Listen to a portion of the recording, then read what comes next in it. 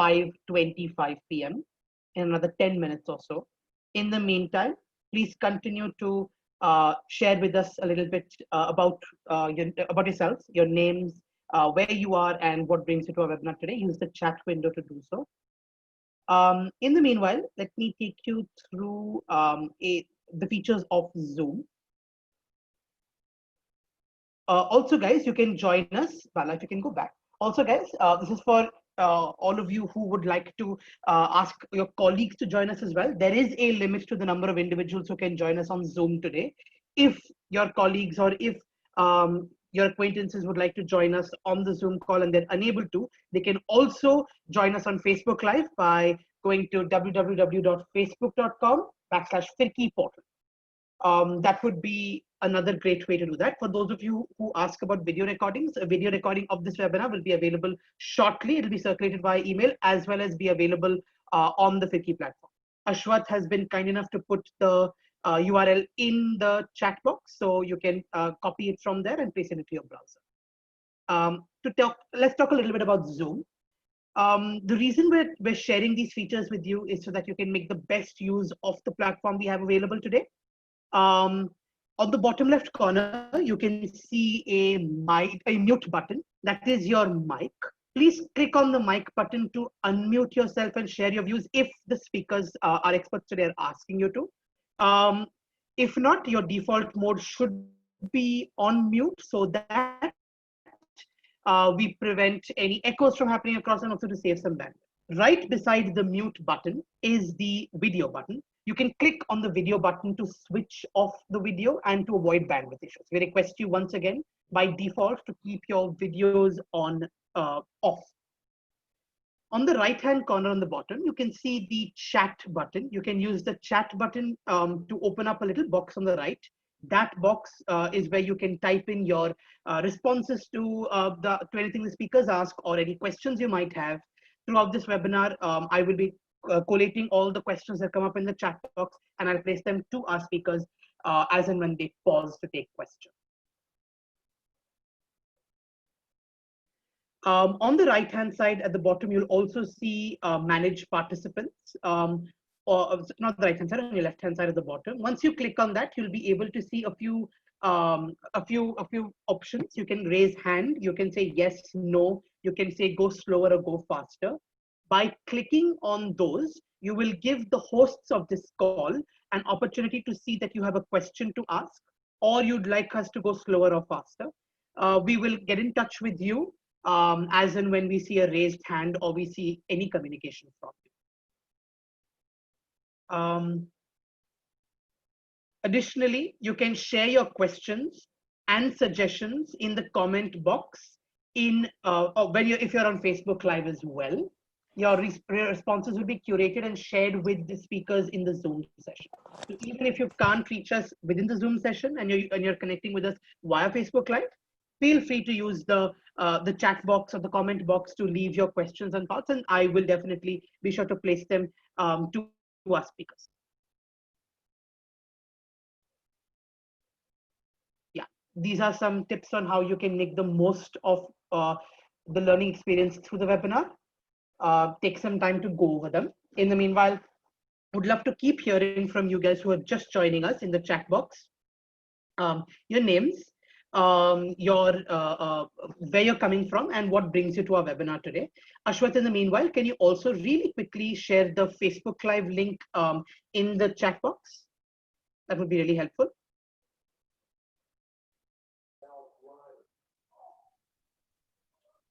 Welcome, Swapna. Yes, thank you, Ashwath. Welcome to a number of you who've just joined in. I'm sorry, I may have missed a few of your names. Lakshmi Priya, I can see Surya Teja, etc. Welcome, guys. I hope this is a great learning experience for you. We'll get started shortly in the next 5 minutes or so.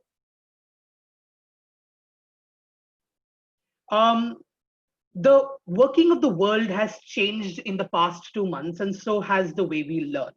In these unprecedented times when everything has come to a halt, Pirki has been continuously moving with the purpose of keeping your teaching and learning processes going through a specially designed initiative called Learning During Lockdown.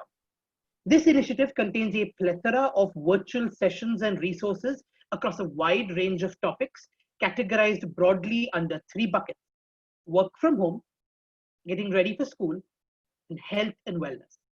So please keep looking for communication about each of these webinars in your inboxes in the coming days.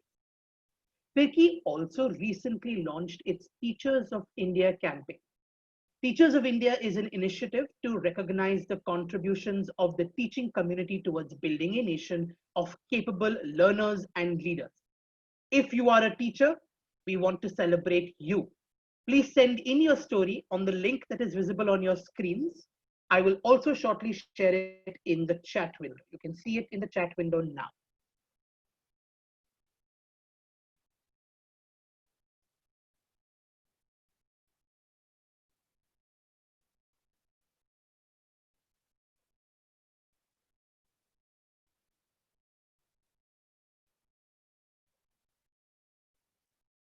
Oh, we've got another individual from abroad. We've got Gulshan Ara from Pakistan. Welcome. We hope you have a great learning experience.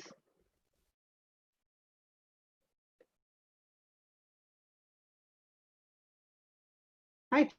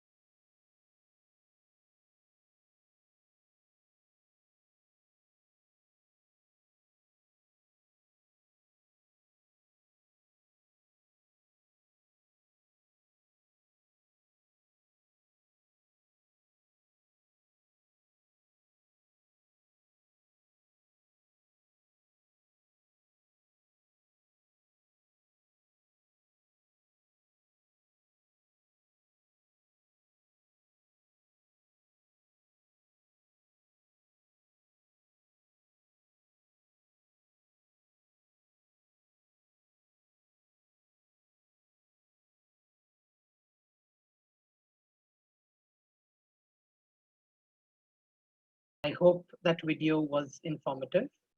Welcome, one and all, especially to those of you who may have joined in the middle of the video and might have very little context of what happened there. Welcome to you and welcome to Pirki's webinar today. Today is our webinar on discovering innovative 21st century tools for the Indian teacher. It is designed in partnership with Teacher Class.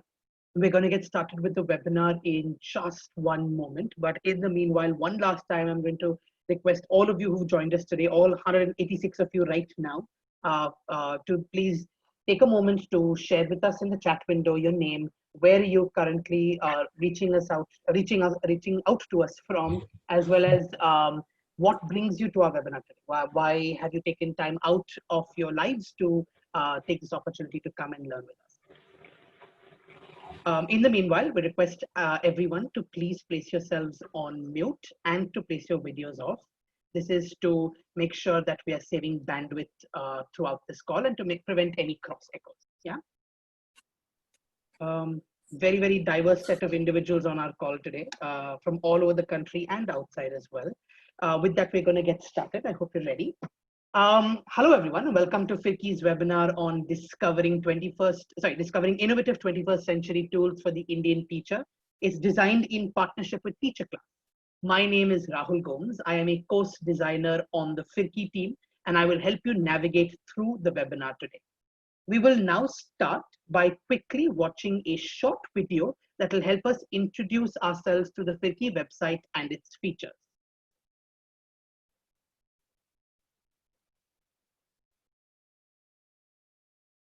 The FIRCI website offers a diverse set of content for teachers to support them in their professional development as well as in their classrooms, and is free of charge and easy to use. In order to access the portal, type firki.co and you will be directed to the FIRCI website. To register on FIRCI, fill in a brief registration form. You can also sign in through your Google account. You will have to use your email ID in order to create an account on our website. This account is again free to create and use. Once you create your account and log in with your credentials, you will be directed to the dashboard. The dashboard would have notifications related to your profile, course progress, time spent, and your FIRCI discussion groups. To access different pedagogical courses, you can click on the courses link on the top left of the screen. The courses page allows you to choose courses based on difficulty level and category. The courses are also available in different regional languages. Feel free to browse the different courses we have in our catalog using the search bar above. Each FIRCI course is designed using the FITS model that stands for Feel, Imagine, Do, and Share. The Feel section of the course helps you identify your current practices. The Imagine section defines the practices that one should follow to improve teaching and learning outcomes. A detailed description of strategies are highlighted under the Do section that one can implement in the classroom and with their students. At last, the Share section talks about ways in which one can share their learnings with each other. Each course has also a set of reflection questions as part of the assessment section. Along with the course material, each FIRCI course also contains a learning circle plan and journal pages.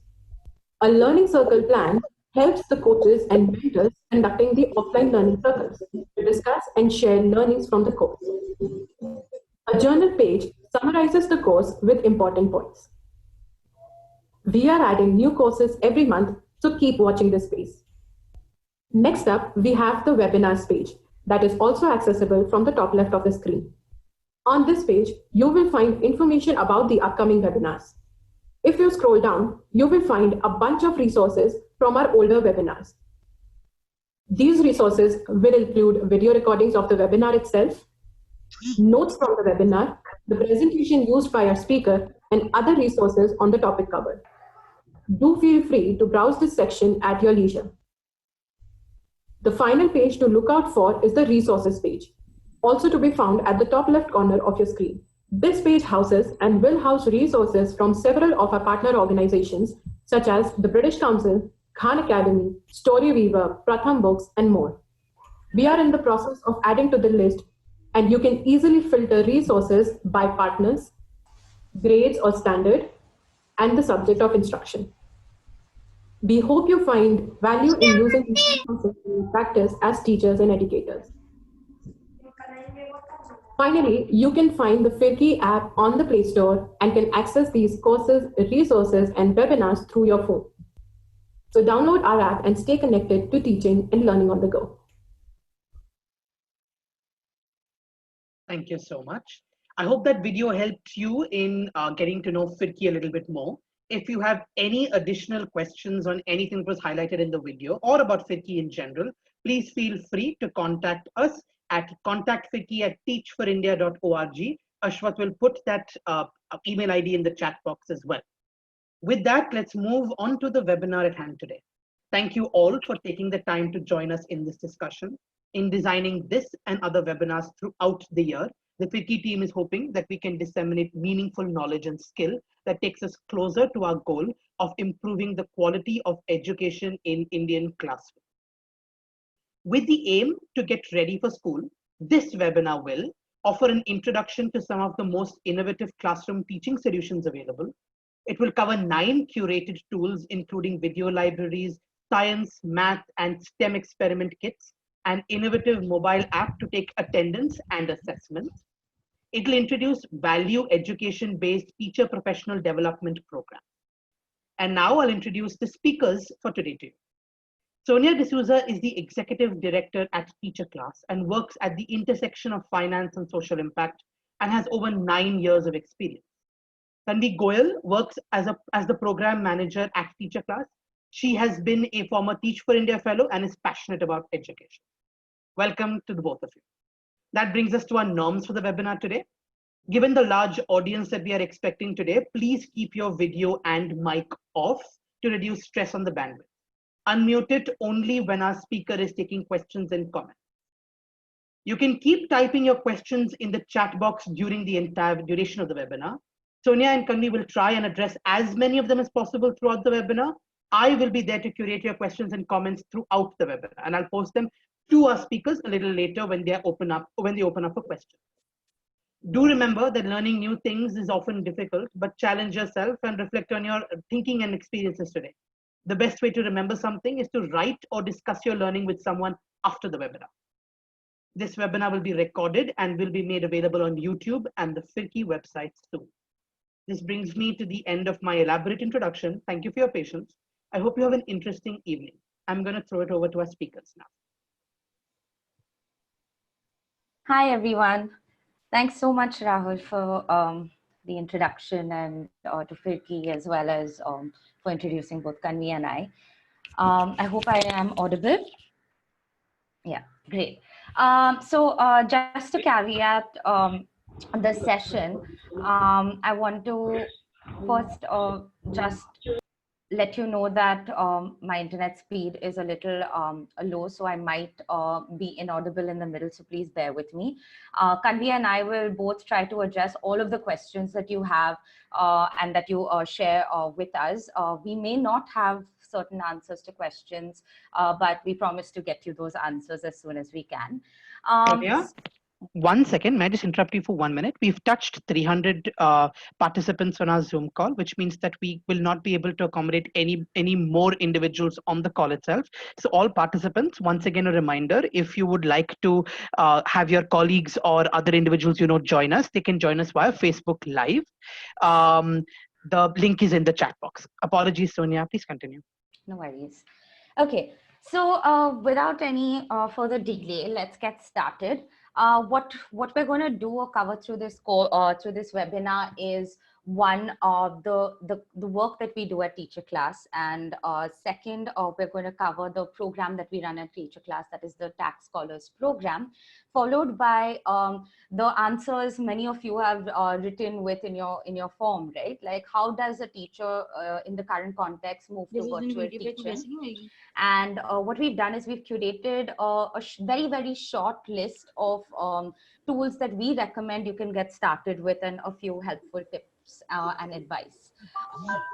We access more of these resources on our website or at a later stage, or we've provided links in the PPT so you can access it later. Okay, all right, I'm just going to try to share my screen.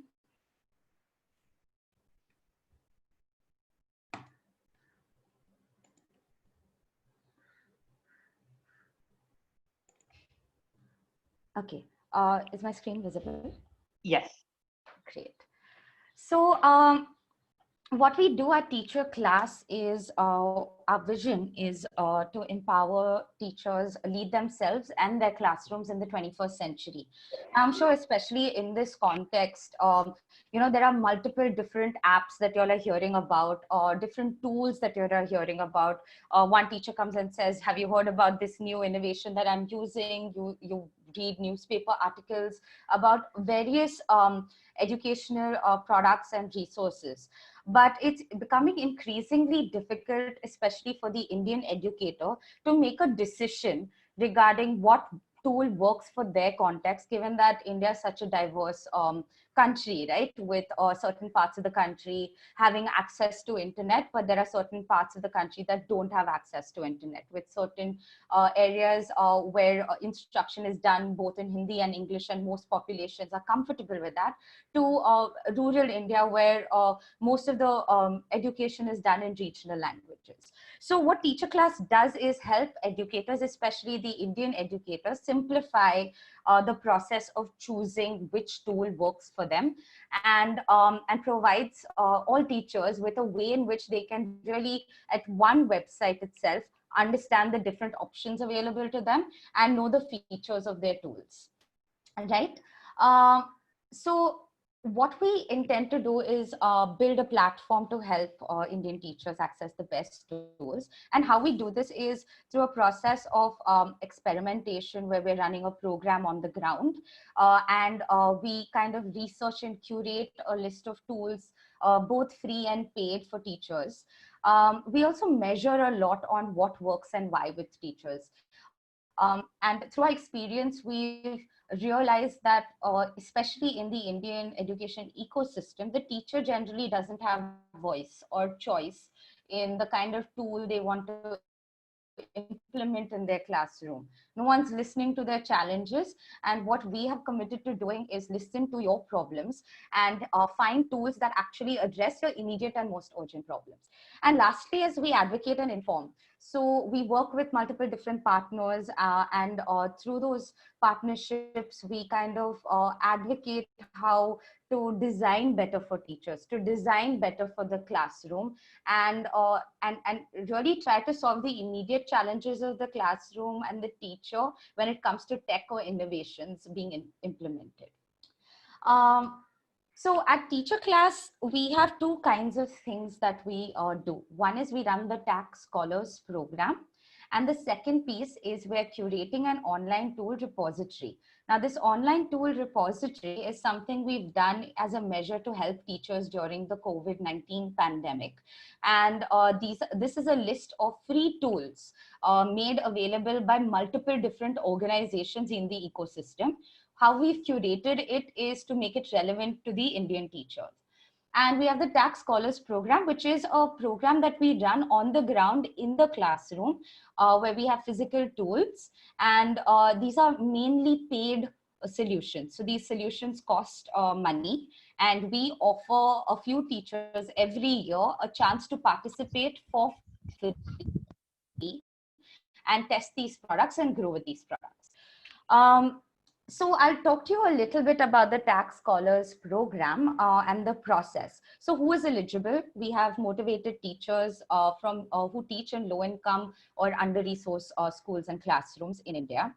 We currently cater to sites in Mumbai, Pune, and Hyderabad. What we do through this program is we offer these teachers, once they apply to Teacher Class, with a menu of tools that we have curated. These teachers then discover, learn the different kinds of tools, receive counseling on how to choose which tools actually meet their context. And then they start with a year-long program where they get weekly calls. So we call teachers on a weekly basis to kind of help teachers understand how to get familiar with their products. And then we do a monthly observation where we're trying to help teachers build a reflective practice. So it's not only, okay, am I using this tool, but can I learn what to do next independently while I'm using this tool, right? So without any further delay, I'm going to hand the PPT to Kanvi, who's going to deep dive into the TAC Scholars program and the tools that we offer through this program. Sure. Thank you, Sonia. So let me just start sharing my screen. Just give me a second. Kanvi, I'm happy to change the slides, so we can go ahead. Okay, sure. Thanks a lot, Sonia. So hi, everyone. So let's just deep dive into the TAC Scholars program. So we have been working with teachers since 2012, and we have been running this program for the past 3 years. So based on our experience working with the teachers, what we have realized is that out of all the challenges that teachers face, The major two challenges are, one is the time that they spend in looking for content and resources to make their classes engaging. And secondly, once they have figured out the tools and resources that they can use, then actually engaging their students while using those solutions. And getting any kind of support while using that solutions is something that teachers face day in and day out. So to resolve that problem, what we did was that we went into the research into all of those tools. So after a thorough research and based on the feedback that we received from the teachers, we have curated a list of solutions which we feel can help the Indian teachers the most. We also test the efficacy of these solutions by actually providing these solutions to our scholars, the teachers who are part of a scholarship program, and then getting feedback from them to improve these tools. So we have categorized these tools into 4 main categories.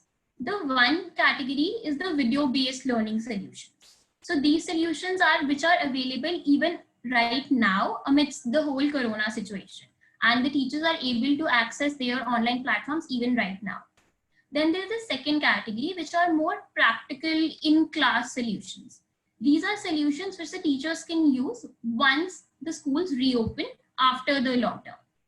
The third category is this very interesting tool, which is around the tools which help the teachers in doing assessments for their classes or doing checks for understanding in their classes. And the last category is the professional development class. So to get us started, I'll start from the video-based learning tools. Sonia, can you please move on to the next slide? Yeah.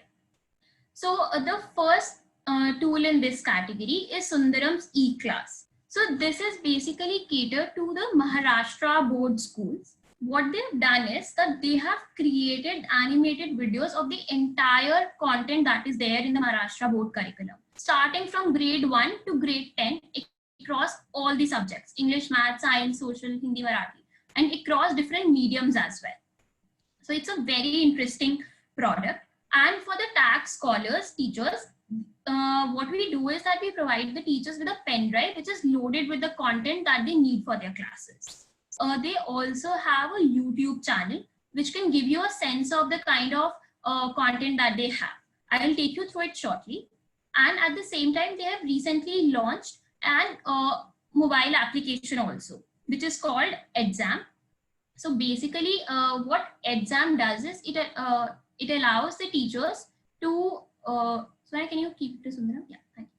So what Exam does is it allows the teachers to access the entire content on their mobile phones. And due to the whole COVID situation, they have also provided the teachers with a code which they can enter in the application to access the entire content online. So let me take you through the platform of Sundaram. Just give me 1 second.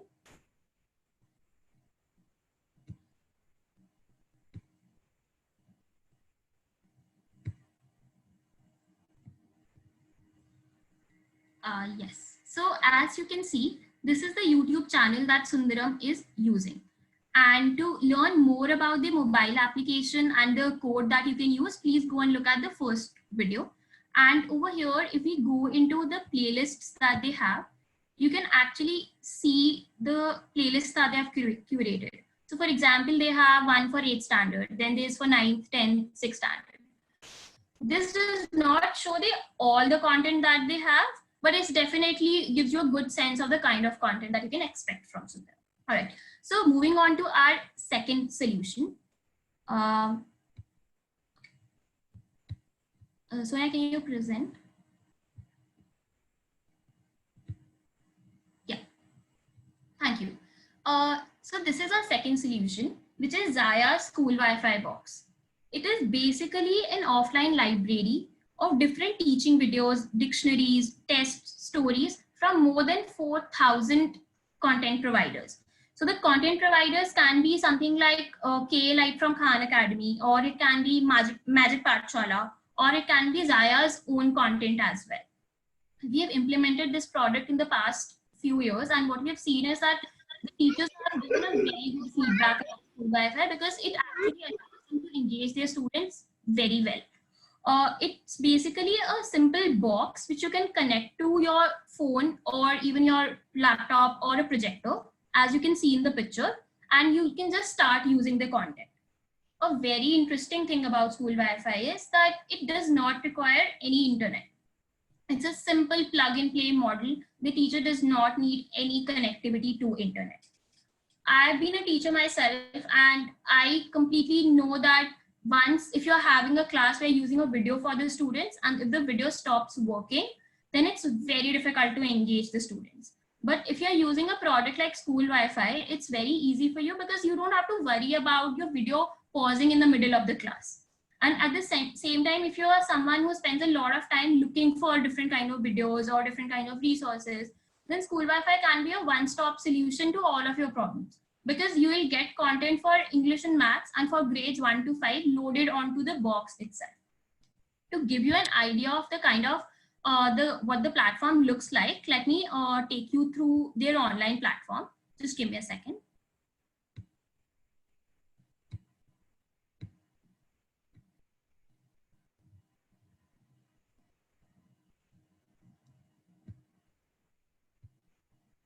So over here, you can see that this is the school Wi-Fi online platform. I've just entered schoolwifi.zaya.in at the top.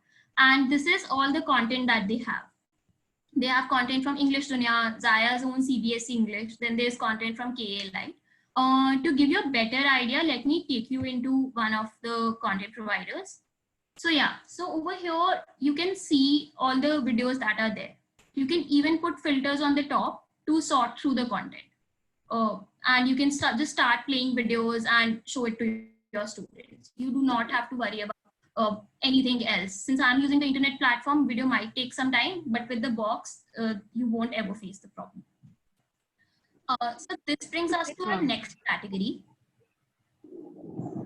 Just give me 1 second. So I'm facing some. Yes. So this brings us to our next category, which are the in-class tools which the teachers can use. Let me inform you that these are some tools which you might not be able to use at this point, since they are something that you can use only while taking a class. They are more practical that way. But you can definitely, this would be a good time for you to develop that understanding for yourself so that you can apply to our scholarship program later as well once the application is open. So let's move on to the first tool. The first tool that we are offering in the in-class tools is the Keywix solution. Keywix is very, very similar to school Wi-Fi, but the difference is that it is available in 23 Indian languages. So if you are operating from a school which is Urdu medium or maybe Marathi medium, maybe Keywix would be a better solution for you. At the same time, it has also a lot of content from Wikipedia and TED Talks. So if you want to show a motivational video kind of a thing to your students, maybe a Keywix box would be a much better solution for you. The Keywix box at this point does not have any online platform as such.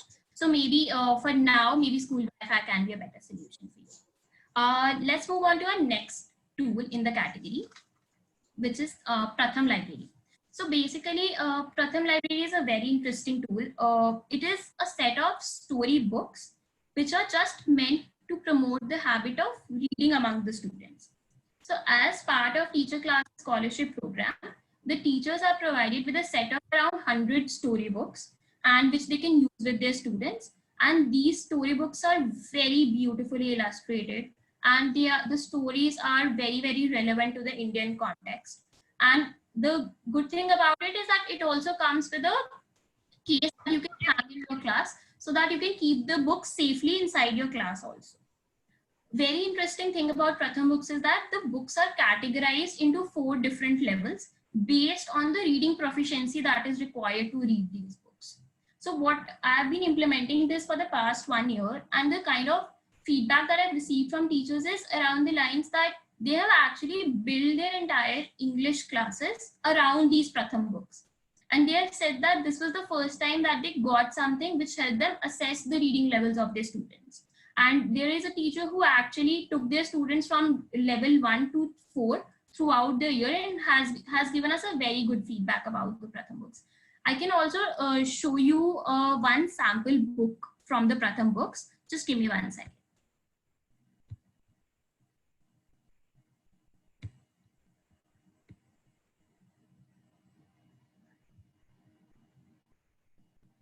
as you can see, this is the platform of Pratham, where you can actually just all do online. So let me give you an introduction of one of those.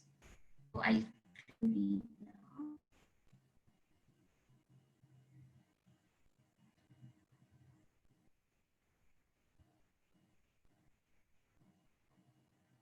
Yes. So as you can see, there are, this is the front page of the book. And then the entire storybook is available online. So as part of our teacher classes scholarship program, we provide the hard copies to the teachers, which can then be used by the students during their classes. All right. In case you guys have any questions, I'm going to take a pause right now so that I can address those questions. Thank you very much, Kami. I can post a few questions that I've picked up on the chat window. Sonia is also helping us solve some of those in the chat window as well. But okay, a few questions have come up are, where can our participants find which specific schools or which teachers currently use teacher class solutions in different cities? You mentioned Pune, Mumbai, Hyderabad. Yeah, so basically to know the teachers that we work with, you can reach out to us and we can connect you to some of the teachers that we have worked with in the past. You can also go on to our website and check out the blog that is there. You will find many teacher stories over there, and maybe we can help you connect with those teachers as well. Okay, thank you very much. I just want to add to I just want to add to that. So we have multiple campaigns on our website. So in case you want to understand how many teachers are using what kinds of solutions, you can actually go onto our website and search for those campaigns by the tool name and see how many teachers are using those tools. Okay, thank you very much. That's very helpful. I'm just going to ask the next one. Okay. So Sonia has answered this. Are these platforms free to use or paid for? In the chat window, she has responded. If you want to say it out loud as well for those participants who don't have access to the chat box. Yeah. So right now, apart from school Wi-Fi, Sundaram eClass, these are the two platforms that are offering online free resources to teachers in the current context. Apart from the rest, everything else is paid for. Pratham has also launched their own free tool, so you can dial the storybook, which we're going to cover at a later stage. But right now, all of these tools are paid. TAC scholars, so that means if you're a teacher who gets selected as part of our scholarship program, you don't need to pay for these tools. We fund the tool and take you through a program. Okay, thank you very much. I hope that's helpful. Ankita asks specifically about Zaya, I'm assuming, but Ankita, if that's not the case, please feel free to put it into the chat window. Is Zaya like a projector which has embedded content? Okay, so Zaya and Keywix are basically small boxes. So the Keywix box is like literally this small, and the Zaya box is a little bigger, and it's plug and play. So you literally have a wire that connects your box to the laptop, and you need a projector if you want to project it to a class. But otherwise, you can simply connect multiple phones or a smart TV or your laptop to the projector, to the boxes. Okay. Thank you very much. Another question that has come up is we've mentioned about CBSE. A teacher has asked about state boards and ICSE. How can they find out which of these tools specifically cater to those curriculum pieces? So you can actually, if you go to our website and look at the solutions, you can actually see which kinds of solutions cater to which boards. So currently, the only tools that we have onboarded that actually cater to boards is Sundaram eClass and the science and math kits. So they actually are catered to the curriculum, your standard basic Indian curriculum. In grade 5, you will learn these experiments, etc.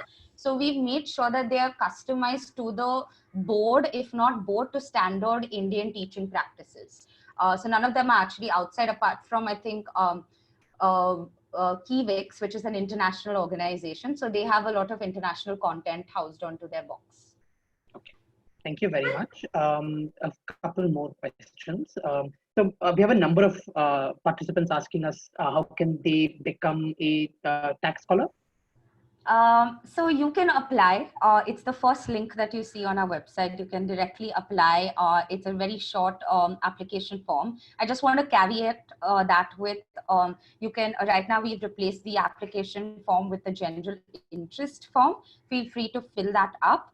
We paused our Tax Scholars program currently in light of the COVID-19 pandemic, and once schools resume, we will restart the program because these tools can only be used in the classroom. They're very difficult to kind of integrate in a virtual classroom setting. Sure. Thank you very much. A couple of questions have come in from Facebook as well. Do these tools work equally, or would they be equally useful across any type of school? Have you learned anything about types of schools that might inhibit how they might be used, how these tools might be used? Let's say a low income versus high income, or private school versus government school, etc. Does the type of school affect the way it's implemented? So these two, I'm going to let Kanvi answer this more in depth, but I'm just going to preface that. We have onboarded these tools keeping, say, mid-income teachers, so teachers who are teaching in mid-income schools and under-resourced schools or under-resourced classrooms in mind.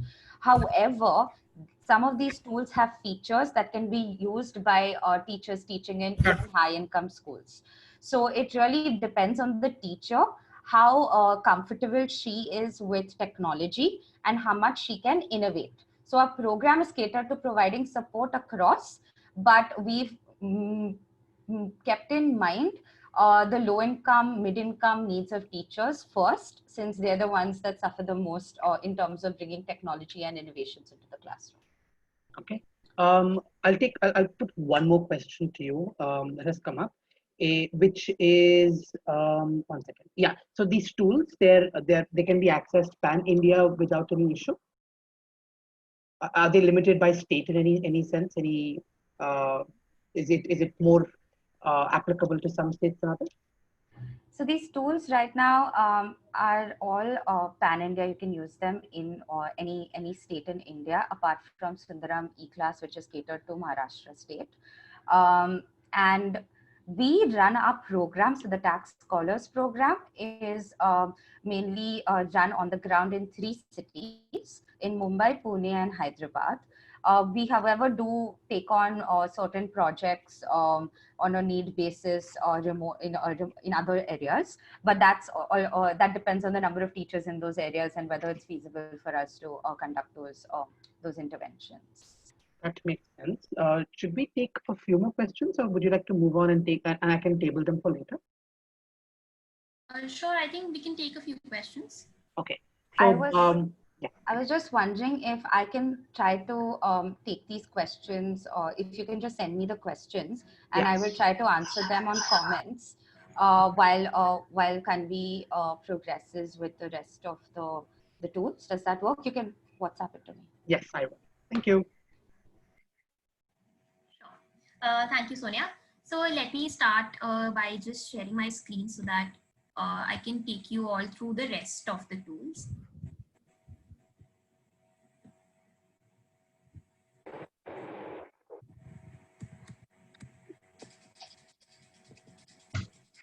Yes.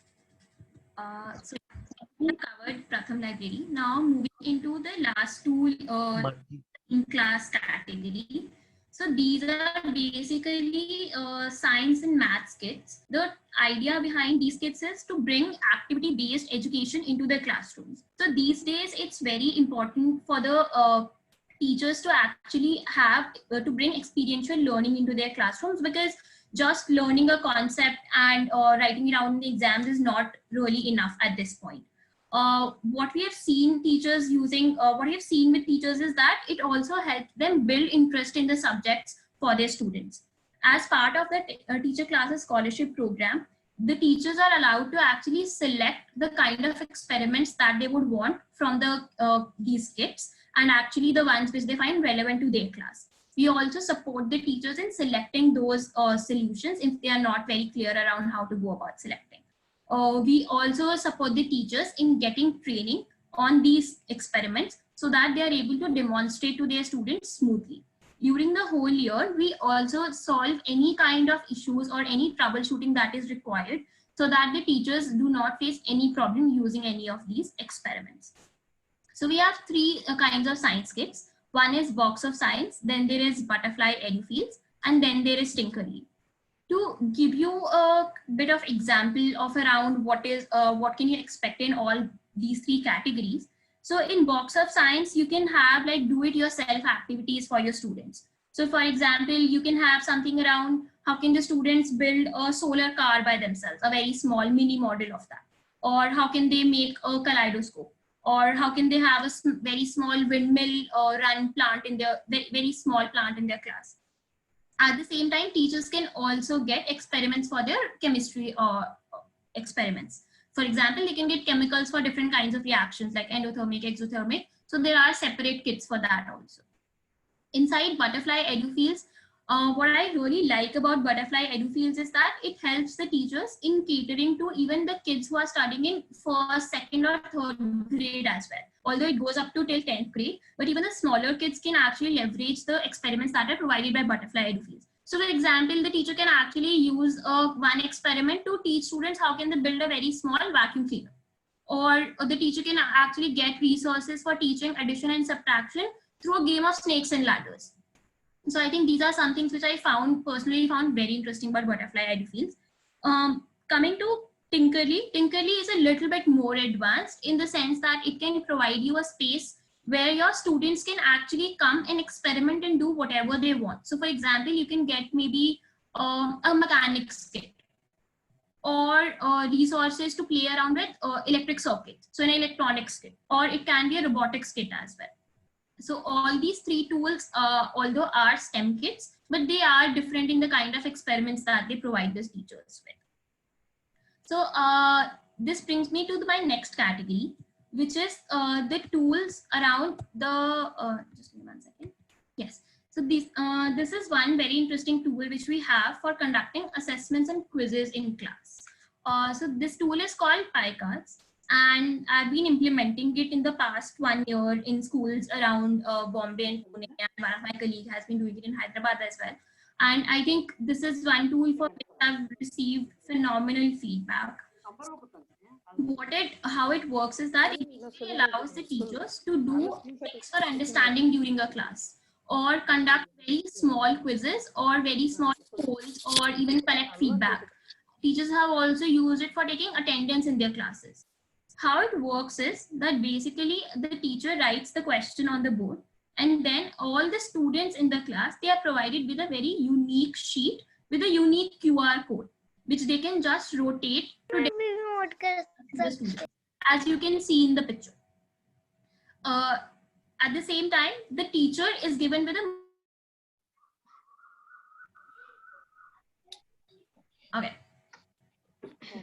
So at the same time, the teachers are given with a mobile application, which they can use to scan all the responses that the teachers are, that the students are showing to them. Very interesting thing about PyCards is that the entire data that you are collecting while doing the quiz or any check for understanding during a class, it gets recorded in the application. So the teachers don't have to actually sit and correct quiz papers of the students to analyze the performance of the students. It is very, very quick. The teachers just have to do a quick scan and they are done. And it also keeps a track of each and every student, so the teacher can go back to each and every quiz and see how every student has performed. It also take attendance very quickly and save their valuable time. I can also show you a very brief demo of how this works. Just give me 1 second.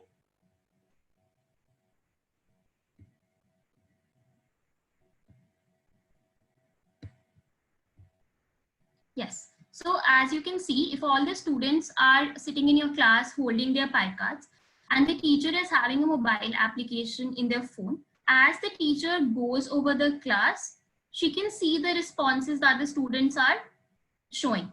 And all of these responses get matched to the QR code and they get saved in the mobile application. this brings me to our next and the last solution.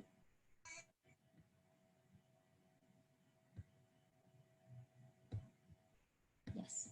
So moving on to our next solution, that is our last category for the day is the professional development category.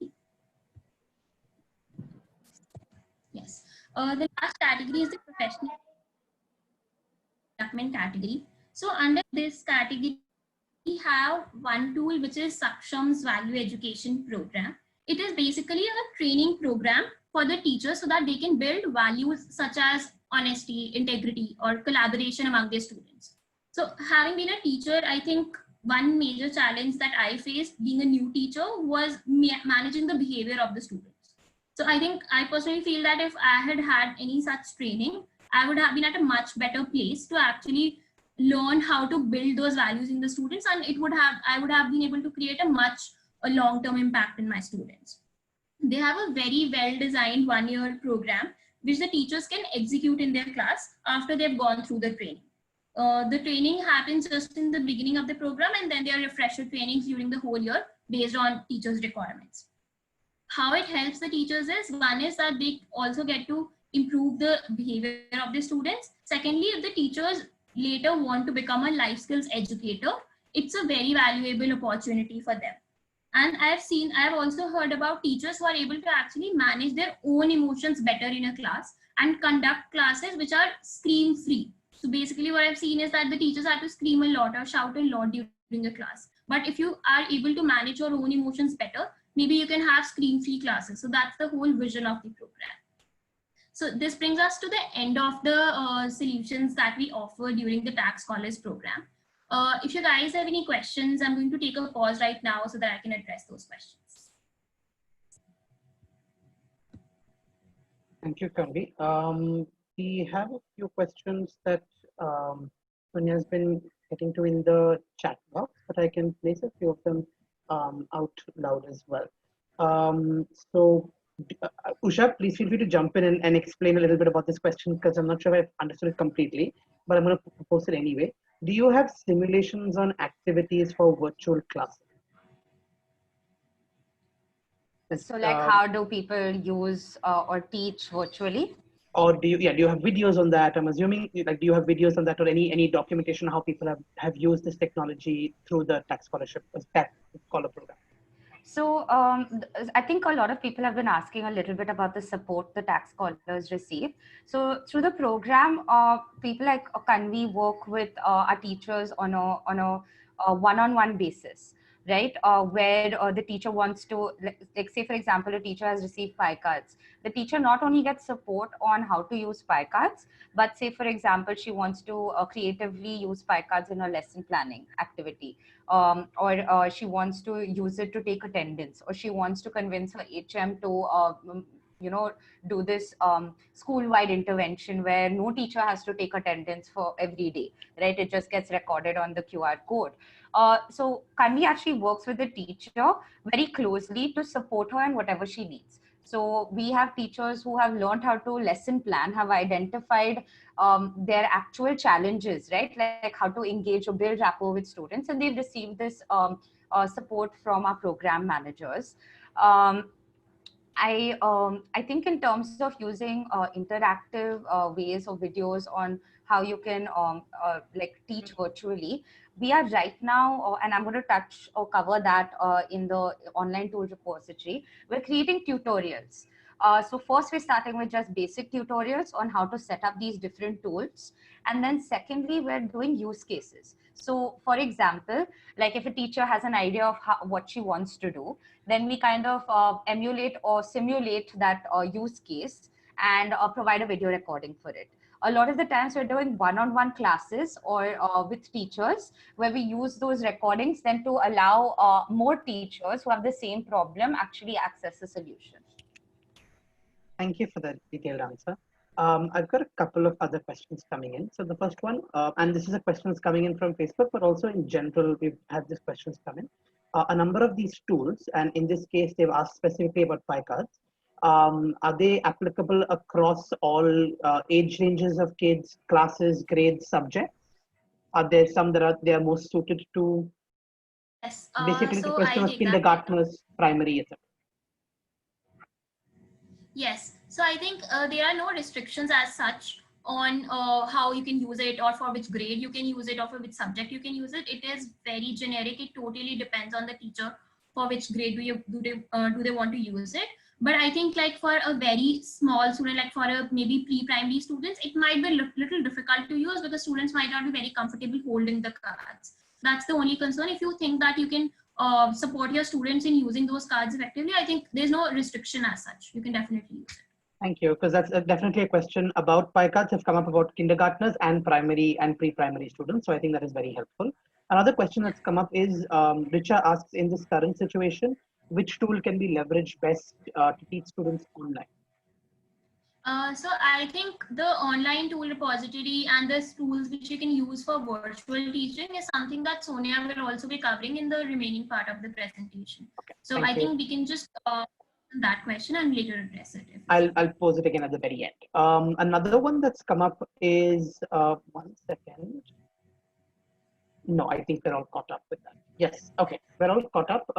We can continue, and then I can keep updating questions in the chat. Great.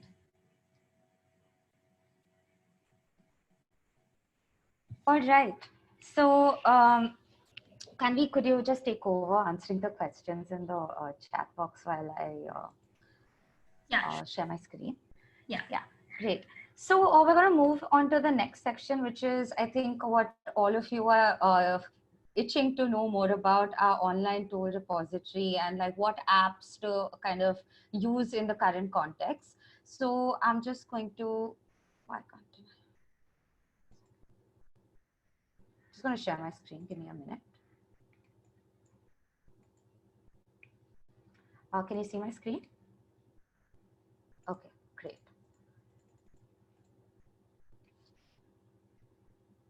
So a lot of you asked about how difficult or easy are the tools that we offer to the in the TAC Scholars program for teachers to grasp what kind of support do they receive. And I've tried to answer them, but just reiterating over here, we've seen teachers actually grow in their confidence and their proficiency in the tool in just 3 months of the support that we offer.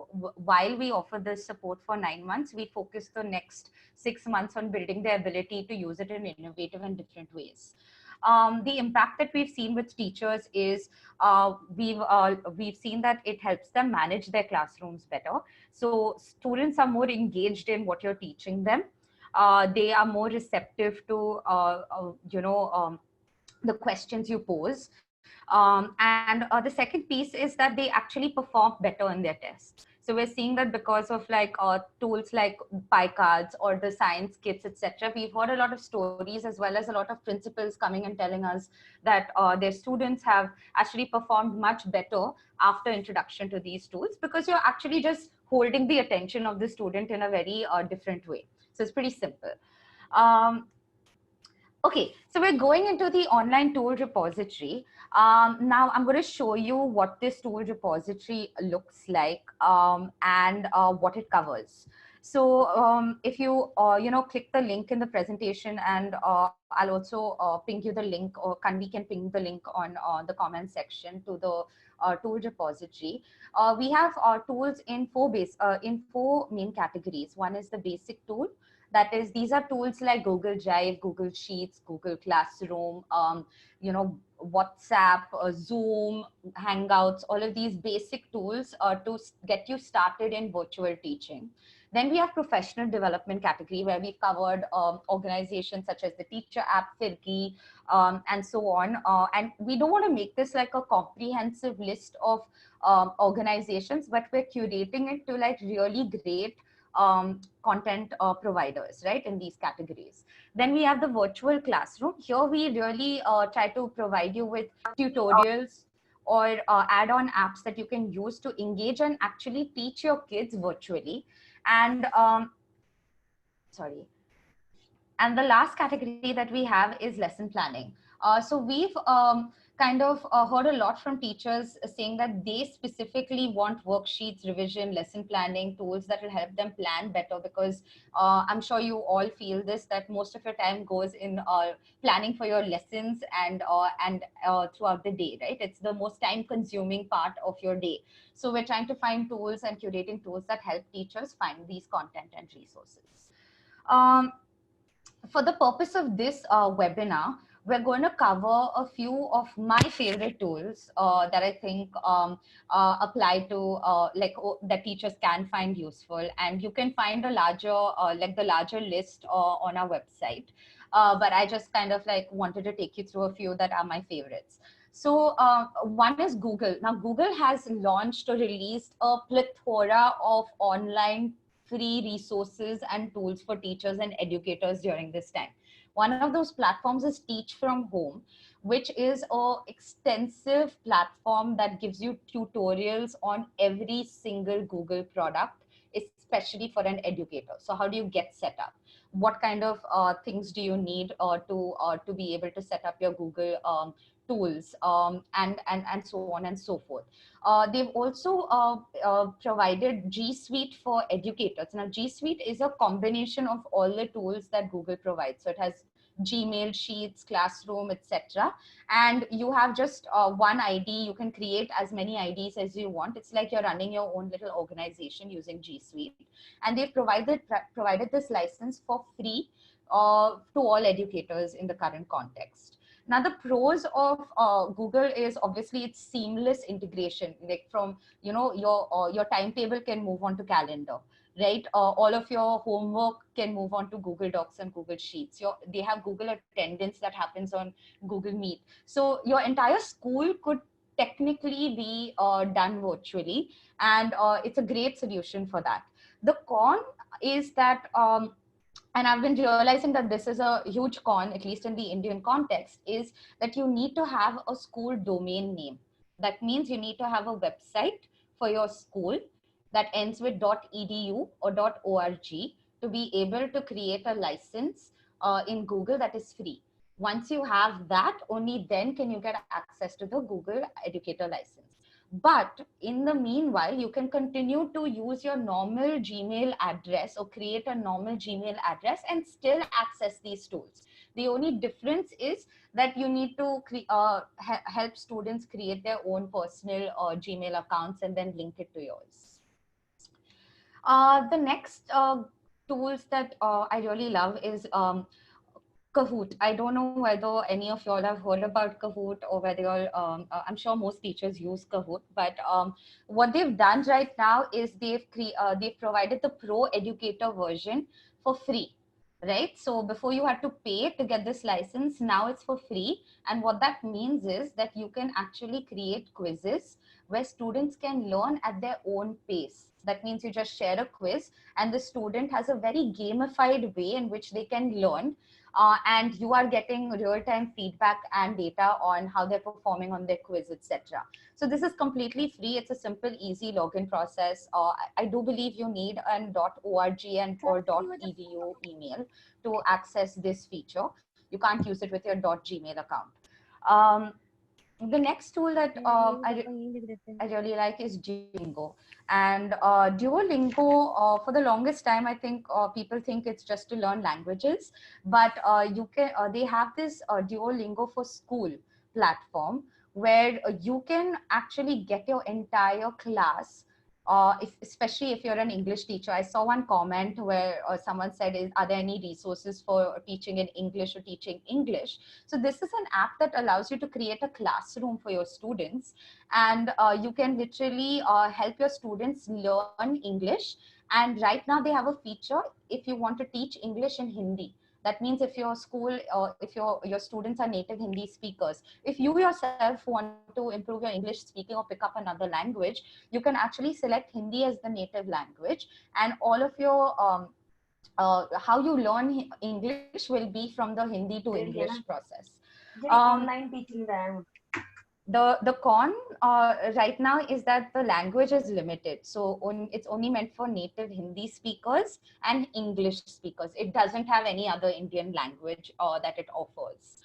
It's pretty simple to set up this Google Duolingo for Schools. So you can invite your students, you can quiz them, you can take assessments, all of these features all available on Duolingo, and they have extensive tutorials for this. Again, if you need any more information on Duolingo and how to set it up, you can visit our website and look at the longer blog that we've written on Duolingo. The next are obviously Phirki. I mean, I kept the best for the last. So it is very difficult to find cons for both Pratham and Phirki because they are literally catered or designed for the Indian context. So like, for example, with Phirki, it's free. It's a 1 or 2 step sign up process. You can use an existing or Google account. It has mobile and web access, although I personally recommend teachers accessing this from their desktop or for them computers, because there are a few bugs that we faced in the team while trying to access courses specifically on the mobile version. The content is extremely engaging and relevant. It's designed for teachers. And they have I mean, Phirki has established a lot of different partnerships with organizations such as Khan Academy and British Council, etc. That's actually giving them giving teachers access to really, really great content. And my favorite part about it is that it adopts reflective practice. So it helps you as a teacher at the end of every course to list down like what your key takeaways are, what your next steps are. 1 second, Sonia. Yeah, thank you very much. I'm just going to request all our participants to kindly place yourselves on mute. This will, as you could just hear, this really helps us ensure that there is no echoes and no conversations that are happening while our speakers are speaking. Thank you so much. Awesome. So, yeah. So, I mean, I love this because of the self-reflection. I believe like all educational tools or interventions need to help the educator, teachers, or the beneficiaries really take charge of their own learning rather than always be reliant on an external factor to promote their learning. With Pratham Books, they've recently launched Dial a Story. Which is great because you don't need to download anything. You just need a mobile phone. And we know that in India, we have quite a good penetration with cell phones. You give a missed call to the number that I've listed over here, and you will get a call back asking you to choose which language and which story you want to hear. Now, the great part about this for teachers is you can be really inventive, right? And someone was again asking, how do we kind of experiment with virtual tools, etc. So imagine this, you can literally tell your students to give a missed call and give them the number, like what language and which story that they need to select. They do that. And they're all listening to this story, right? Or they're listening to it on their cell phones. And then you can do a class later on Hangouts or whatever platform you want to use. And you can actually do checks for understanding. Or you can send a Google form and quiz them on what they have understood from the story. So, I mean, the pros are just great because it's not asking anyone to use any new technology. The cons it's just like it needs you as teachers to really step up and become very inventive in how you want to use this free resource in your classroom in the virtual context. And I think like a couple of tips, and you can see a few more tutorials on our YouTube channel and on our blog to understand how to transition to virtual teaching. I think one of the biggest tips is get innovative with what you know, right? Don't try and say that, oh, I'm going to learn 8 different new things that I've never done before. Start with what you know. You use WhatsApp, you use Hangouts, you use your cell phone, right? Then take one new thing that you want to learn and start kind of implementing that in your classroom. So don't go and experiment with a lot of different things, because what that will end up doing is create a sense of overwhelm with you, and you don't want to do that. And then mix and merge tools that you're familiar with, because you want to get your students also to build that familiarity with the tools. And you're lucky because kids pick up things really fast, right? So they will pick up these things really fast. And I would say just take it slow, right? Ask for feedback from your peers. So get your teachers, get like some teacher from your school to come on to the webinar, or, you know, to a call with you while you're doing your virtual classroom. Ask them for feedback. Ask your HM to come on to feedback, and ask feedback from your students, right? What worked for them? Were they feeling bored? Do they want to do something different? Because your students will give you more ideas than you can imagine. And last is access helpful content. So you have platforms like Phirki. You can visit even Teacher Class and other organizations like Khan Academy, British Council, all of these different platforms that are really providing free tutorials, free resources to teachers in the current context. So just access those tutorials, reach out to people.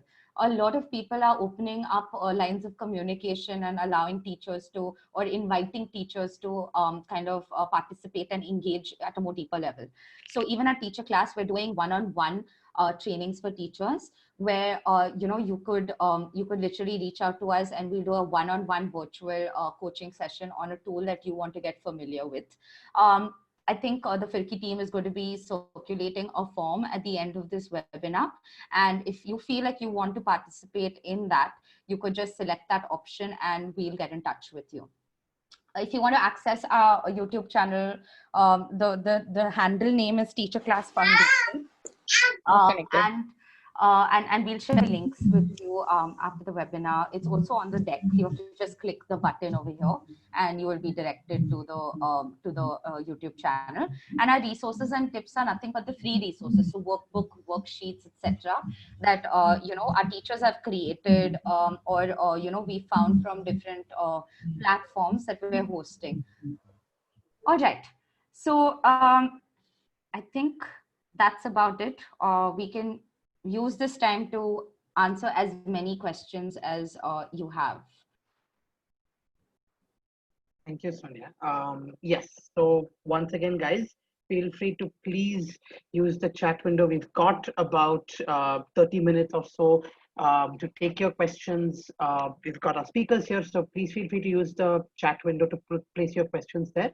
Nan has asked us a couple of times to show a video or to share videos or other resources on how teachers use these tools and these tools in their classrooms. If you have access to that, or if you know where Nan could find this, where should he check this out? Yeah, so actually we did recently we did one class with one of the teachers who tried to do an online class with their students. So I can definitely check with my team and share the link to the whole recording of the video. I hope that helps you, Nan. We've got a couple of questions. A couple of times the same question has come up, so I'm just going to put it to you guys. Any specific tools that you would recommend that would work effectively for secondary classroom, secondary students, older students? Yeah, sure. So I think it completely depends on the requirement in the secondary section as well. So for example, if you want to take an assessment, then PyCards is something that will work very well with secondary students as well. Whereas if you want to take a science class, so then maybe something like Tinkerly would be a very good solution for the secondary classes because it has more advanced tools. So I think it also depends on the kind of challenge that the teacher is trying to solve for in the secondary class as well. The tools that we have shared, I don't think any of them is specifically catered to the primary students, except I think Zaya's platform is the one which has only contents from grade 1 to 5. I think everything else is something that you can use across grades. Okay. Hey, sorry, can I just add on to that question? Sorry, so just I'm very keen on personalizing the experience in my classroom, and this was my question. Mine is a secondary grade. I'm a 9th class teacher, and I'm really hoping 45 kids, personalized education. What kind of tools do you suggest for that? So I think one tool that we also implemented this year was Zaya's personalized learning program. So that was basically around providing students with a tablet and which comes with the content loaded on that. But I think we do not like going forward, like we are not working with those solutions because they are not as economically, they are not very friendly for the teachers. So I think that was one of the reasons that we are not exactly working on the personalized learning tools as of now. And to build on what Kanvi shared, we are looking for tools that actually help students learn by themselves, but available for free. So there are platforms such as TED-Ed, right, that help you create a lesson plan or customize an existing lesson plan, and you can share that lesson plan with your students, and that involves self-paced learning. So you can contextualize it a little bit because these are for higher order learners rather than, and it depends on who you're teaching. I think another interesting tool to use is Kahoot. So that really encourages self-paced learning, but it's in a quiz format. So you could be a little innovative in that. And I'm sorry.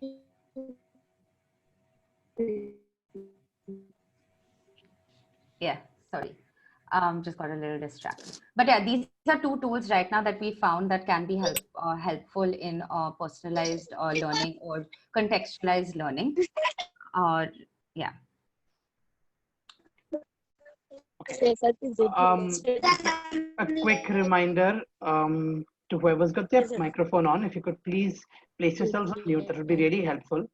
As of right now, it's difficult to hear our speakers over you. Okay. So some have been asking for like, are there any opportunities to work with Teacher Class? We have you can volunteer with Teacher Class and kind of like learn how you know, we coach teachers and mentor teachers. You can create tutorials and videos for teachers. That's we're always welcoming of that. And the second piece is how do you teach? I think Kanvi tried to also answer that question, right? Like science to higher schools and higher grades.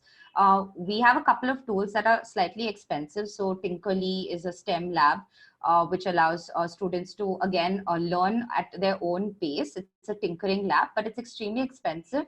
And when I say extremely expensive, it's around 15 to 20,000 rupees for a kit for your classroom. And we offer that as part of the scholarship program.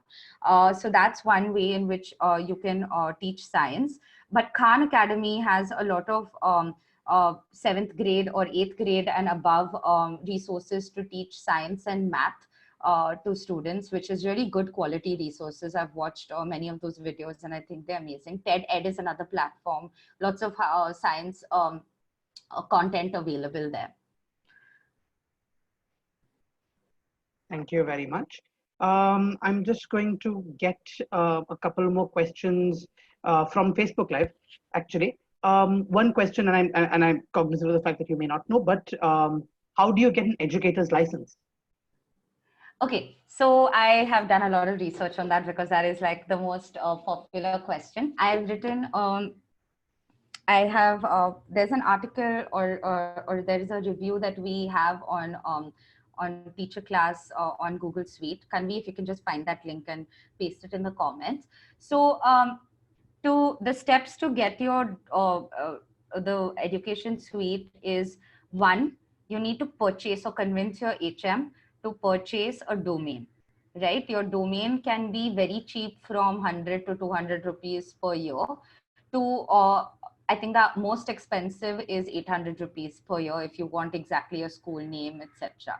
Now the domain name has to end with .org or .edu. Edu domain endings are slightly more expensive than .org. So suggestion is to go for .org.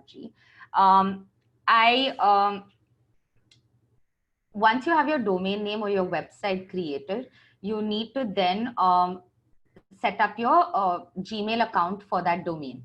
So Google has a lot of tutorials on how to do that. It's pretty simple. You log in, you say that you want to you want to use Google Suite for educators. And once you click that, it's a pretty simple process. You have to give in all of your details or your, you know, your domain name, or you have to say that you've got permission from your HM. You probably have to upload a little bit of materials certifying that you're a legit school or an organization that works in education. And then you will have access to the Google Suite for education. And then it's pretty simple. Then you just set up everything else. But the key element that a lot of our teachers are finding very challenging is like setting up that domain and website for the organization or for the school. So, but that's the only way to go about it in the current context.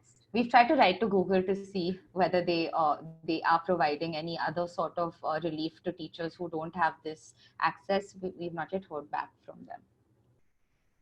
Thank you, Sonia. I've got another question which has come from Facebook Live again. It's very specific. I'll pose the specific question for you, and then I'll make it a little more generic so it's applicable for a number of our participants. Being a second grade class teacher, where I have 12 students, one of them is autistic. What tools or techniques could be used to make the child understand the concept of the current chapter that I'm teaching? But that is the most specific question. The more generic question would be, how do you make these specific tools inclusive for students differently able? I am going to try to attempt this question. I don't have the answer to it.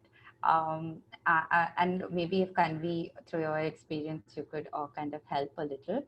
I think that we right now do not offer any solutions to differently abled or students, or like because our solutions are meant for schools that or students that are not differently abled.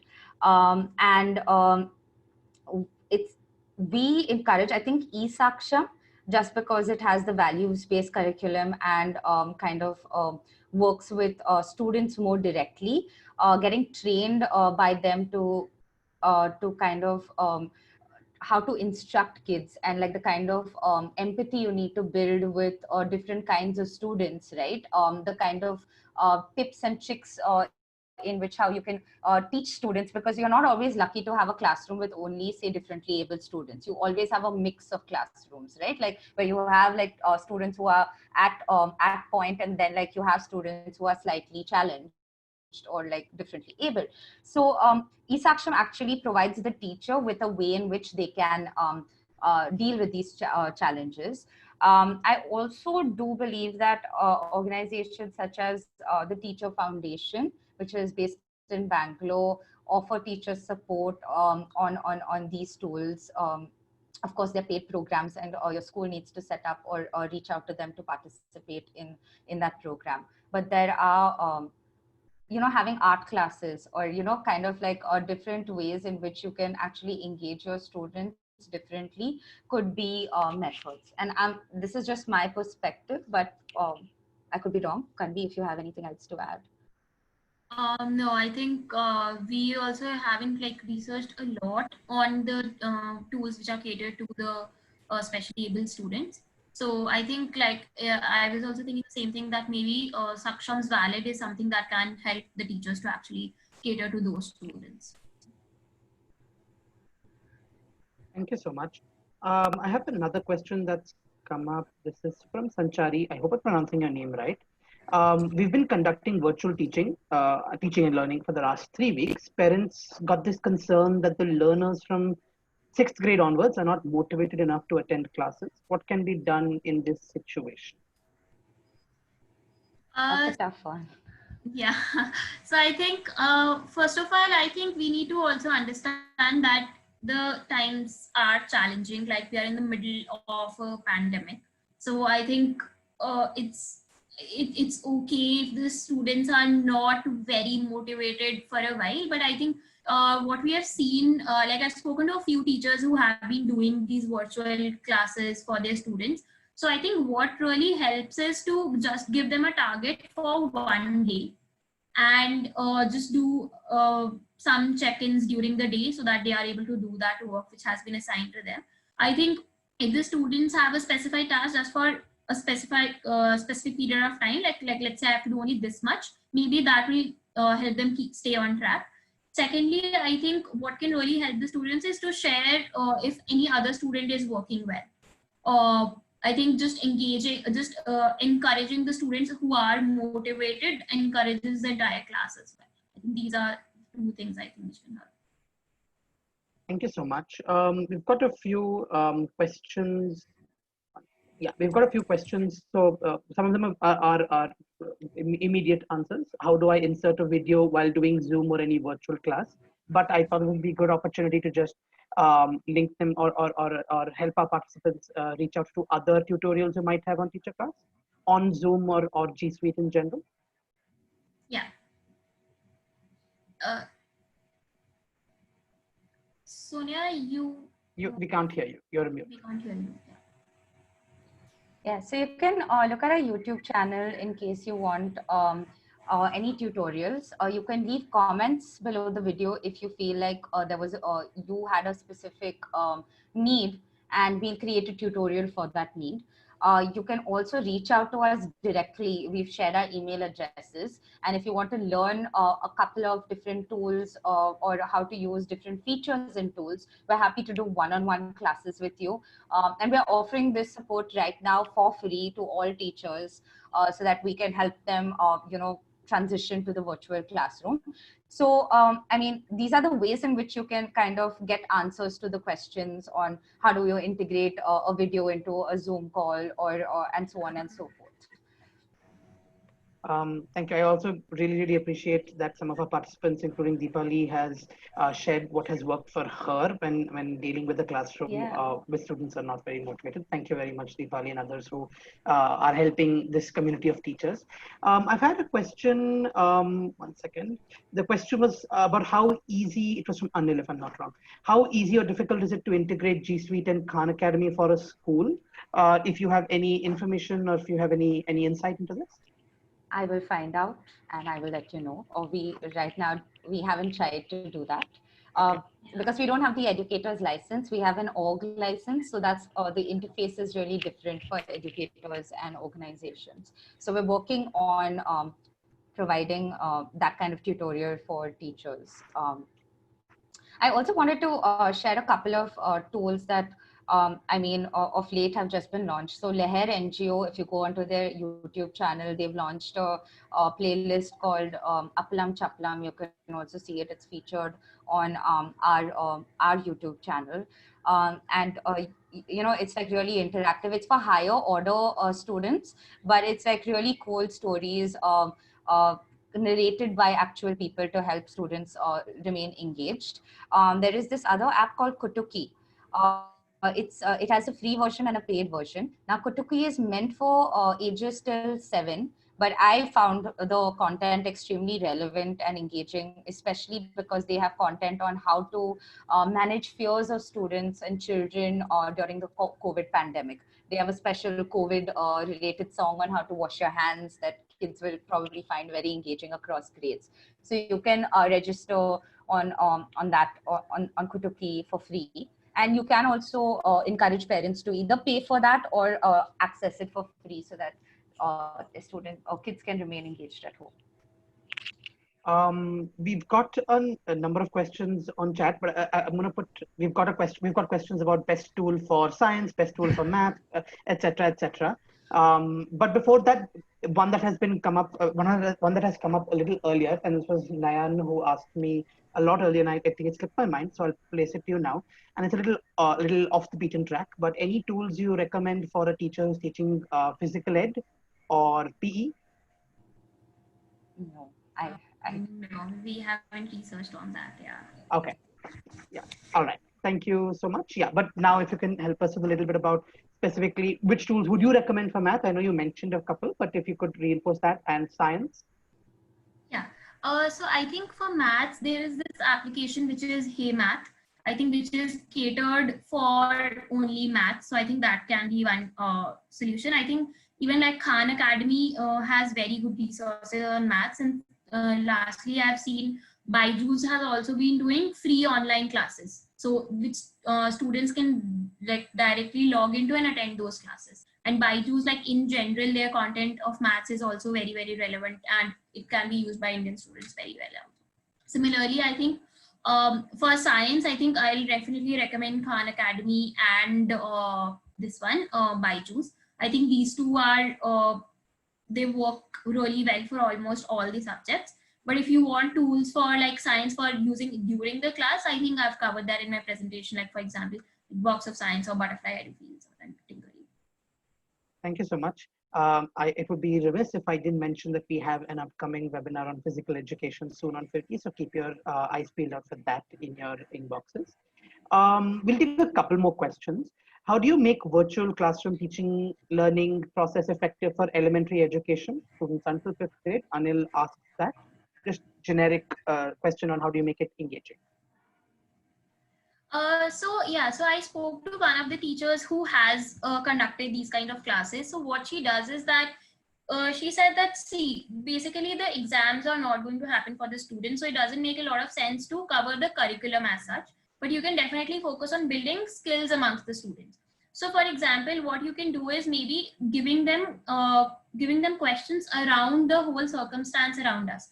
So what she has done is that basically she asked the students to spend one day on getting news about corona, and then acting like a news presenter, and then how would you present it.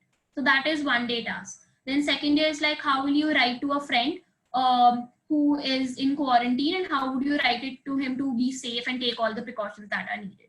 So I think like if you relate it to what's going on in their lives right now, I think that would be very helpful to keep them engaged. And also at the same time, it's very important to keep the students informed about the whole thing. So I think this is a very interesting way in which you can do that. We also have a number of our participants talking about the Diksha app and how it's also helpful for English, science, and mathematics. So guys, definitely check the Diksha app out as well. Before we move on, just a quick update, guys. I would like to quickly tell you that Ashwath is going to be putting the link to a feedback form in the chat window soon. Please do take a few minutes to give us feedback on this webinar. It really helps us in designing this and all our webinars for the future for you guys. So do take some time a few minutes to please fill up the feedback form that is in your chat box right now. Nagashri asks, how can we conduct experiments and activities while teaching online? So I think like the most effective way to go about it right now could be like showing them videos of those experiments being performed. So if you look at the content that eSundaram, the eClass is providing for all the experiments, they have provided the videos also. You can go to their YouTube channel or even go to their mobile application and access that content and just share those videos with the students. I think it might be difficult for the teachers to perform it live for the students, given the circumstances. Might be difficult to just get the contents also. But like sharing a video, I think would be the most effective way. Okay, so sorry, I just saw on the comments that a couple of people have asked for platforms apart from Zoom and etc. So I think like we recommend Zoom as a platform for educators only because they have amazing features like breakout rooms, your whiteboard, etc. that are not available in any other conferencing app right now. But there are alternatives. You can use Skype. You can use WhatsApp video. You can use Telegram, which has unlimited, I think you can have groups with unlimited number of participants. You can also use Hangouts. Did I say Hangouts? Yeah, you can use Google Hangouts Meet. These are the different options apart from your usual Zoom that you can use for conducting virtual classrooms. Yeah, Ashwa, thank you. And I think someone else has asked about sharing more on Google Classroom. So Google Classroom is, we have a couple of tutorials, so please go watch the tutorials, but I'll briefly try to tell you a little bit about Google Classroom. So you can use Google Classroom on your normal email account. You don't need an educator's license for it. It's literally available.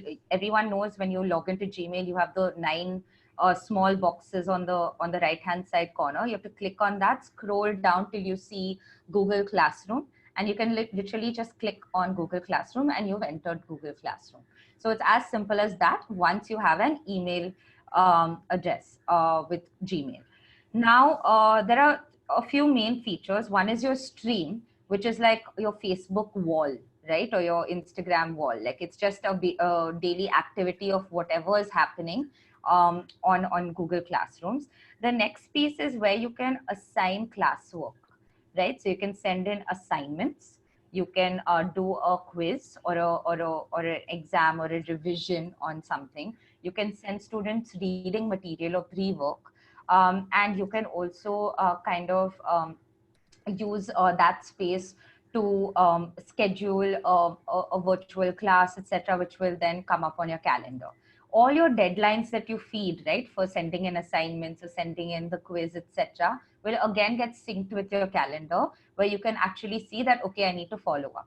And as soon as someone has submitted something, you get a notification on stream saying how many students have submitted classwork, how many were late, etc.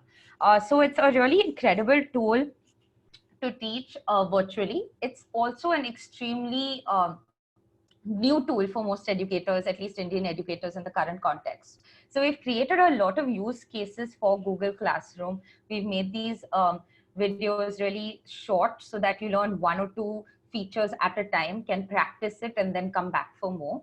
And yeah, you can do a one-on-one class with us and we'll help you through the more complicated aspects of Google Classroom. Thank you so much. I know a couple of participants a little earlier also wanted a little more information on PyCard. I'm not fully sure what they would like to know. So if you have anything specific you'd like to ask, please put it in the chat box. I know Umashankar, you were asking. But if you have anything to elaborate on PyCards in the meanwhile, if not, we can move on to the next set of questions. I think with PyCards, it's so PyCards was originally, or like the way PyCards is marketed is for a school, right? So it's actually an entire school system. We've customized it to an individual teacher, and that's why you can, like our teachers in the TAP program can actually be the only teachers in their school using PyCards. Now, PyCards offers multiple solutions for the school system. One is you can automate your attendance taking. That means you just scan your classroom and you know which students are present, which students are absent. It takes about, I would say, 2 weeks for the students to get kind of comfortable with how they need to show their PyCards. It's actually a laminated sheet. It's a very simple sheet which you can print. Most of our teachers now stick it at the back of their of the textbook the students use every single day in the classroom, or they sometimes have a banner, like, you know, schools provide a banner which students can then leave in the classroom. So they just raise the PyCard and teachers can understand. It's used in multiple ways. So PyCards is right now working with schools on how they can put all of their assessments from unit test to like any kind of revision, or to even prep for those end of year, like you have the scholarship programs, right, for students. So the multiple choice ones. So they're putting all of those things onto the PyCards app. So that means teachers do not have to spend time correcting, right? Because the right answers have already been built in. So all you have to do is analyze the data. So you become better at performance, right? You will now get on the back end data on how your students are performing, the relation between their attendance through the year and their performance. Many teachers are using that to engage the parents in sending their students to school regularly, right? Because the students are performing if they come to school.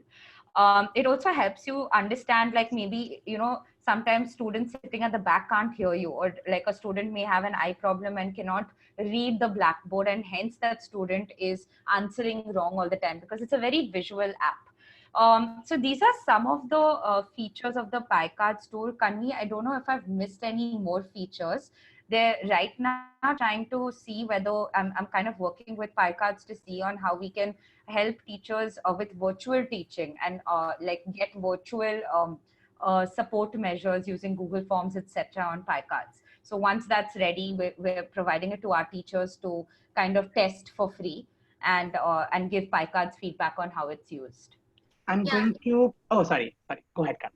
Yeah, so I think someone also asked that how do kids respond using the PyCard?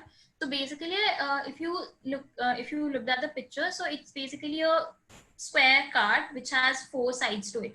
So if the student has to respond that A is the answer, they'll just hold the card like that, B and C and D. So whatever which edge of the square is on the top, that gets recorded as a response.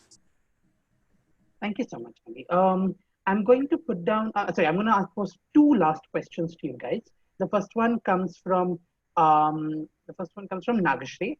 Is it possible to assess practical knowledge of students by making them do hands-on activities remotely or online? So I think one way of like assessing any kind of understanding of the students is through just taking a small test or a small quiz at the end of the day of whenever you're doing the class. So I think we two very good tools for taking assessments right now are like one is Google Forms and the another one is Testmos. Testmos is a little more complicated but gives you much more options than Google Forms. But Google Forms is the simplest one, and the student you can create it in like 2 minutes and the students can fill it in like 2 minutes and it's done. It's not very complicated and you can easily assess the learning, and even at the back end of it you get responses in a normal Google sheet and you can just analyze it and get all the responses of your students. Thank you very much. I'm going to put the last question. It's slightly bigger picture, but it's a question put by Smita. How can we support teachers who are not techno-savvy or who are not comfortable with English, or those who work specifically in the vernacular medium? So I think I can answer the first two questions, that are the teachers who are not techno-savvy or not comfortable with English. So right now we have worked with teachers who all our tools are catered to teachers who are not very techno-savvy, who struggle to leverage these tools, and that's why we are supporting them throughout the year. And even in the beginning of the program, we are going to have an orientation so that they can use very basic things that we need for communication during the year. So for example, if I want them to fill out a Google form during any part of the year, I'll train them on that. So like not being techno savvy is definitely not a problem, and that's the whole idea behind our program of our teacher class. If there's anything that Sonia you would like to add. Yeah, I'd just like to be reminded, because I'm trying to answer the comments as well as, so what are the questions? Yeah, so the bits were around how do you work with teachers who are not techno savvy, but also the second portion was who may not be comfortable with English or who may work with students in a vernacular medium. Right. So I think when I'm assuming this is for someone who wants to know how to support those teachers in teaching. Right. So I would say use this time to build their capacity, at least in the virtual world, right? Like how do they learn how to help themselves in terms of accessing content and resources that are applicable to them. So there are a couple of platforms which we have mentioned in the past. That is Khan Academy, which has probably Hindi medium. There are lots of YouTube channels right now where you can find a lot of content in different languages. Right. Even on the Firki portal, if I'm not mistaken, you can access content in 5 different languages. Am I right? Or like I've got that wrong? Yeah. So but you need to help teachers kind of learn how to familiarize themselves with the process of kind of finding these tools for themselves. And as the first step, because I think the biggest barrier teachers face from our experience is they just feel scared and nervous to try anything new, right? And the biggest part of our focus in the program is that we help build like the teacher's confidence by showing them the positive loop, right? Like there's some change, there's a positive change that has happened. And then we see these teachers really experimenting. For example, I just sat with a teacher who kind of was always, nervous. And she'd been talking to us about doing a virtual classroom for the first time. And she did her first virtual classroom last week. And I spoke to her this week, teaching her how to do Google Slides. And in a week span, she's done 3 virtual classrooms. So, it's just about helping teachers get over that initial fear and showing them the ways in which they can help themselves and kind of like building a positive feedback loop. Thank you so much. And with that, we're going to stop with our questions. I would like to start by thanking Sonia and Kanvi for being generous with their time today, time and expertise. Sonia and Kanvi, if you could please take about 30 seconds each to tell us about your experience on this webinar today, interacting with our participants, etc. If you can just take a few minutes or take a minute, preferably, to tell us a little bit about your experience today. Kanvi, you want to go? Go ahead, Sonia. No, you go ahead. Yeah, so I think I had an amazing time interacting with all the teachers, and I'm very excited to answer actually all the questions that have come up. I did not expect teachers to have so many questions, and I think I personally learned a few things while taking this session.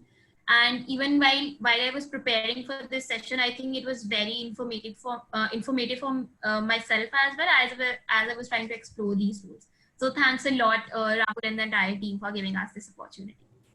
Thank you, Sonia. I think I was extremely nervous. I've never addressed 300 people before, so I was extremely nervous, but extremely excited to kind of hear and interact with all of the teachers. And I really enjoyed answering and kind of like looking through the comments and answering teachers, when they had queries. I think a lot of teachers have raised really relevant questions, which have, as Kanvi shared, it's kind of given us more food for thought in terms of what we need to target next and how we can support teachers more. My only request to everyone who's been part of this webinar is to get in touch with us. If you need help, if you need access to any of our tools, both paid and free, if you need help on like how to set up virtual classrooms or teaching, please get in touch with us. We're circulating a form, or like I think Ashwath has already circulated a form in the chat section. So please take 2 minutes, fill that form, tell us what you would like from us, and we can then get in touch with you and take those conversations forward. Thank you so much. As Sonia just said, before you leave, please take a minute to give us feedback on your learning experience on our webinar today. It helps us grow and improve our resources for you.